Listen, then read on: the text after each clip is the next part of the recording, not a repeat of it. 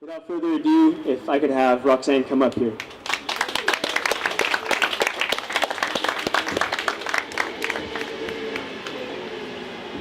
Ooh, thank you for that wonderful introduction, Axel. I really appreciate it. Part of the reason that I really wanted to be here is I'm very passionate about dialogue. I'm very passionate about how we have conversations and how we engage in them. And where that started for me was really looking at how I identify myself. What is my identity? What are the various aspects of myself that I want to be able to share with other people, but really get to know what those are in order for me to have conversations with others, make friends with other people, and have intelligent conversations. And so when you think about the things that make you who you are, what are they? Can you give me some? My family. Family. Culture. What else? Culture. Culture. Passions, yeah. Where you're from. Where you're from. Spirituality. Spirituality. All really, really good ones, and many, many more. And so when we think about our family, our culture, our perhaps religion, spirituality, all of those things make up the way that we hold friendships, create friendships, and build community. And so self-identity becomes our social identity, are those different groups and communities that we belong to through our education systems, through our family, through our community, perhaps sports. If you're a Chargers fan, that's a whole other community, right? Yeah. And so our social identity is created from the very different facets of our life that we belong in. So all of us here, many of you are drinking beer. That's one way that we can socially identify with other people.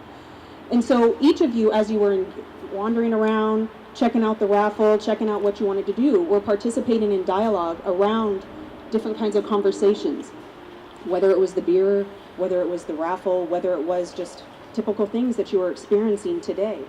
But our social identity is something that is really important in how we construct ourselves and how we show up with others. And in order for us to really be able to express ourselves, we want to be able to make sure that it's clear. So for me, the way that I think about my identity is the things that matter most to me, the things that I think about on a regular basis, that I also want to be able to go and meet other people who think about those things on a regular basis. And oftentimes, we don't get to find too many places for that, right? We live in a world right now that is very contentious with the political debates that are going on, the way that we have ostracized ourselves from different political factions. And so that has really changed the way that people engage in conversation. They don't want to talk about it anymore. I don't know about you, but I don't even want to turn on the news because it's so contentious. And that's the real significant difference about dialogue and debate is about this thing about I'm right and you're wrong, and I really have to wait for you to stop talking so I can tell you how wrong you are. I probably didn't even give a chance to listen to what you were actually saying. I just needed to make sure that you knew that I was right and you were wrong.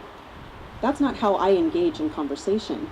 Dialogue is something about inquiry. It's the way that we ask questions of ourselves, the way that we ask questions of others, so that we can get to know one another on a much, much deeper level.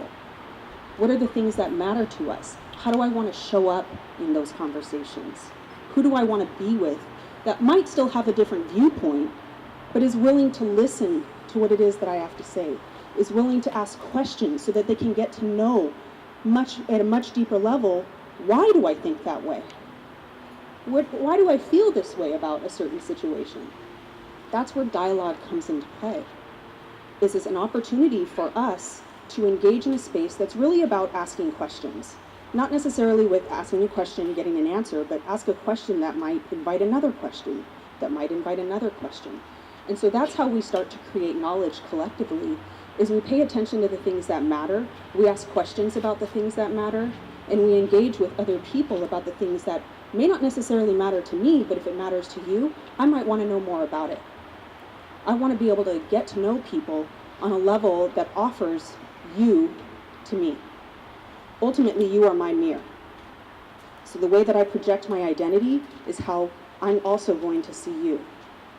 And so it's an opportunity for us to get to know one another on a much, much deeper level, to the things that matter. And so part of the reason I was really excited to come here and talk about it is with the work that Axel and his group is doing with Thought Lounge, is we don't get to see these kinds of opportunities that often. You know, we come to places like this and we're socializing and we're having a good time, but we're not talking about these real deep, deep conversations, right?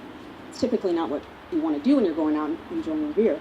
For me, I actually enjoy philosophical conversations. It's some of the most fun times that I have with my friends.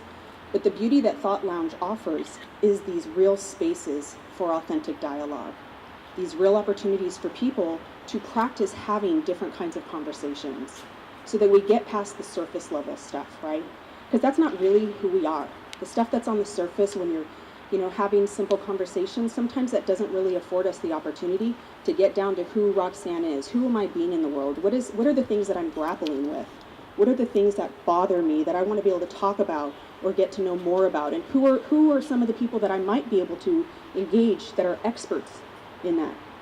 Believe it or not, every single one of you is an expert in something that you probably are very, very passionate about talking about. But we don't create space for that. We watch TV. We stare at our cell phones.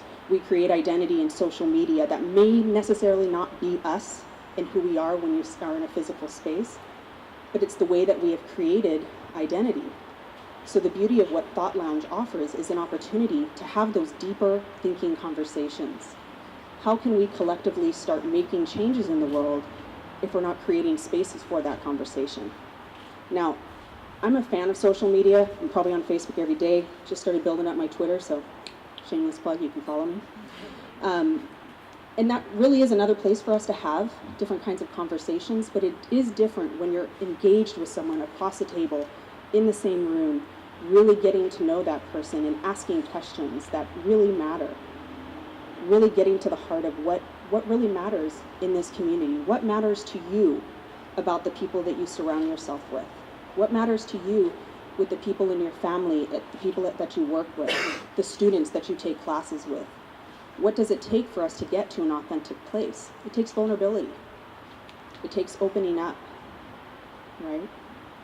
It takes the simple thing of just saying, you know what, I don't know. I don't have an answer for that, but I want to know. So may I ask questions? What can I provide to you that's going to help you have a better sense of who I am in the world?